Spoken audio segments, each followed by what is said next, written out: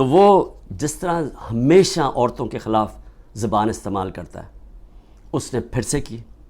Doctor زرکا نے senator doctor زرکا نے جواب دیا, ان کی 2 کلینکس وہ بند کر دی. یعنی اس سطح پہ کون کرتا ہے؟ ہماری ڈاکٹر سیما ایم پی اے کراچی کی, ان کے گھر پہنچ کے ان کی کلینک اس کو بند کر دیا.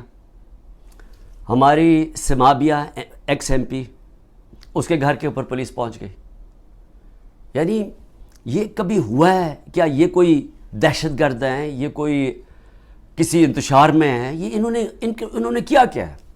تو ایسے ہے کہ آپ تحریک انصاف کے آپ کوئی ممبر ہی ہوں, سپورٹر ہی ہوں, یہی کافی ہے. آپ کی بزنس بھی بند ہو جائے گی, آپ کو جیلوں میں بھی ڈال دیں گے, جھوٹے پرچے بھی ہو جائیں گے. یعنی صرف اب کوئی ضرورت نہیں ہے آپ کو کہ آپ نے کوئی جرم کرنا ہے. اس ملک میں اب جرم ہو گیا ہے تحریک انصاف کا ممبر ہونا, سپورٹر ہونا. کہ یہ نہیں دیکھ رہے کہ اس سے نقصان کس کو ہو رہا ہے. کوئی فکر نہیں ہے کہ ملک کو کیا نقصان ہوگا. جو انہوں نے کیسز میرے اوپر اٹھائے ہوئے ہیں ذرا وہ سن لیں. سب سے جو قوم کے سامنے, کیونکہ اللہ الحق ہے, میرا ایمان ہے, ایمان ہی ہے, تو میں یہ سارے ایک طرف کھڑے ہو گئے ہیں, اسٹیبلشمنٹ ساتھ کھڑی ہو گئی ہے, اکیلا ان کا مقابلہ کر رہا ہوں. صرف توحید پہ, لا الہ الا اللہ پہ, ایمان اللہ پہ ہے. اور جس طرح اللہ ہر ان کی جو بھی کوشش کرتے ہیں خود ہی سچ سامنے آ جاتا ہے. جو انہوں نے میرے اوپر القادر کا کیس کیا, اب القادر کا کیس کیا تھا کہ عمران خان نے جو القادر یونیورسٹی بنائی ہے, جدھر مکمل طور پہ مستحق گھروں سے وہ بچے جن کے ماں باپ اعلیٰ تعلیم نہیں افورڈ کر سکتے, وہ سب پڑھ رہے ہیں مفت. اور میں بتا چکا ہوں کہ سیرت نبی کو ہم نے بنایا کہ فیوچر لیڈرز بنیں, تربیت ہو ان کو, اور ساتھ ساتھ اس کے ٹیکنالوجی بھی. یہ ہے اس کا جو ویژن ہے یونیورسٹی کا. اس کو سامنے لا کے بہت بڑی سکینڈل ہو گئی. اور اب پتہ چلا ہے کہ انہوں نے اپریل 2020 میں تفتیش کی تھی. وہ میں پہلے کہہ چکا ہوں آپ کو. نیشنل کرائم ایجنسی انگلینڈ کو رابطہ تھا نیب کے ساتھ.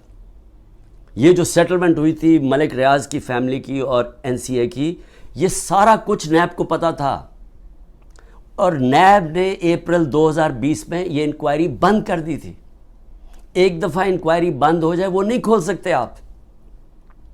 اور انہوں نے جو سب سے بات جو چھپا لی, جس کے اوپر اصل بات ہونی چاہیے, کہ این سی اے نے ملک ریاض کا جو پیسہ تھا وہ فریز کیا کیوں؟ وہ منی لانڈرنگ کی وجہ سے نہیں کیا. وہ انہوں نے کہا کہ ایک ٹرانزیکشن ہوئی, اور یہ سنیں ذرا غور سے, کہ حسن نواز نے پراپرٹی بیچی ملک ریاض کے بیٹے کو, اور وہ جو پراپرٹی بیچی وہ 50 بلین پاؤنڈ کی بیچی.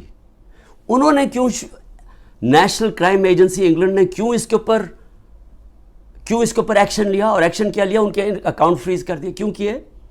کیونکہ پراپرٹی کی قیمت آدھی تھی. انہوں نے دیکھا کہ اس کی قیمت آدھی تھی, یعنی وہ 25 ملین پاؤنڈ کے ارد گرد اس کی قیمت تھی. 50 ملین پاؤنڈ کیسے دے دیا اس پراپرٹی کو؟ نواز شریف تب پرائم منسٹر تھا. یہ 2000 جب ہوا, یہ 16-17 میں جب پرائم منسٹر تھا, تو پرائم منسٹر نے اس وقت اپنا زور لگا کے وہ دگنی قیمت کے اوپر پراپرٹی ملک ریاض کو بیچی. یہ پہلے تو یہ بتائیں پیسہ کدھر سے آیا؟ کدھر سے حسن نواز کے پاس اتنا پیسہ آیا؟ جب وہ ملک سے باہر بھاگے ان سے یہ سوال پوچھے گئے نا, کیونکہ بتا ہی نہیں سکتے. پیسہ چوری کا تھا, اور پھر وہ پراپرٹی دگنی قیمت پہ بیچ دیتے ہیں ملک ریاض کو. وہ کس لیے بیچی؟ اور وہ اصل کہانی وہ ہے القادر کی. اصل وہ اس کے اوپر بات نہیں کر رہے. کوئی پوچھ نہیں رہا نواز شریف سے کہ بتائیں جی بیٹے نے یہ پراپرٹی, اور آپ کو کیوں اتنی مہنگی پراپرٹی خریدی ملک ریاض نے. اور یہ بھی ہو گیا کہ یہ سارا کچھ پتہ تھا نیب کو. ان کا جو ڈپٹی وائس چیئرمین ہے اس وقت نیب کا, وہ اس کمیٹی میٹنگ میں بیٹھا ہوا تھا جب یہ کیس کلوز کیا گیا. مجھے 3 گھنٹے انہوں نے بٹھایا, سوال کرتے ہوئے میرے سے پوچھا, جب ان کو سارے پتہ تھا جواب. کیونکہ وہ ڈپٹی چیئرمین کو بھی پتہ تھا, پروسیکیوٹر جنرل کو بھی پتہ تھا. اس وقت جو ڈائریکٹر تھے نیب کے پنڈی میں, منگی صاحب, وہ بھی بیٹھے ہوئے تھے اس میٹنگ پہ. تو ان کے پاس تو منٹس پڑے ہوئے ہیں اس کے. تو پھر یہ کیوں میرے اوپر سارا کچھ کیا اور یہ جو میرا وارنٹ نکالے اور مجھے اریسٹ کیا. آج پاکستانیوں کو کس چیز سے گزرنا پڑ رہا ہے.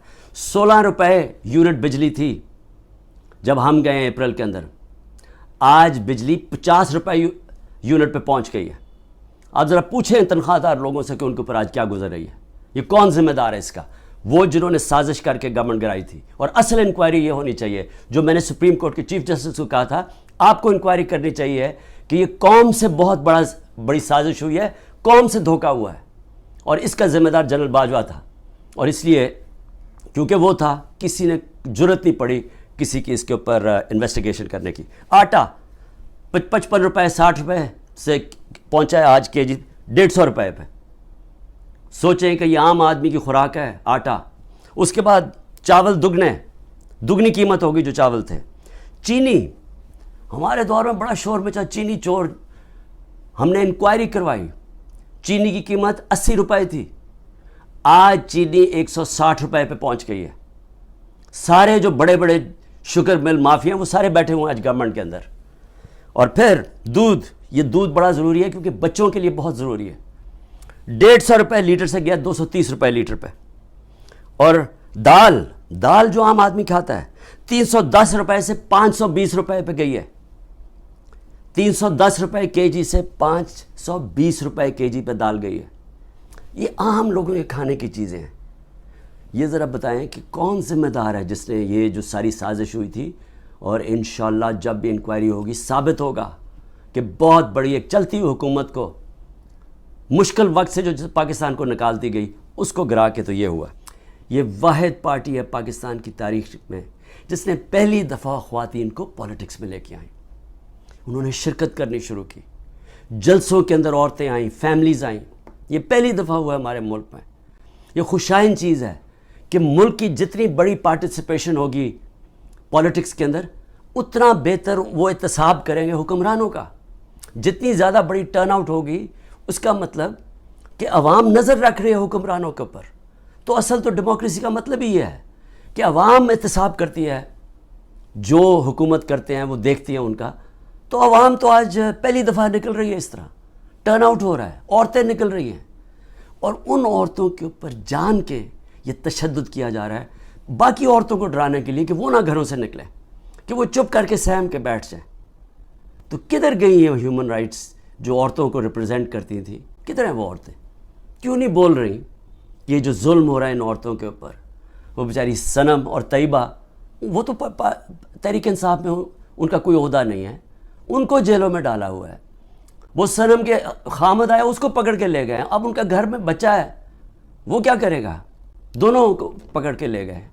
عمر چیمہ اس کی بیوی, میں پھر سے کہتا ہوں وہ کینسر کی سفرر ہے, کینسر کی سے اس کو پکڑ کے جیل میں ڈال دیا صرف اور صرف دہشت پھیلانے کے لیے کہ عورتیں گھروں سے نہ نکلیں. کیوں فکر نہیں ہے کہ یہ پاکستان کی عورتوں سے کیا ہو رہا ہے؟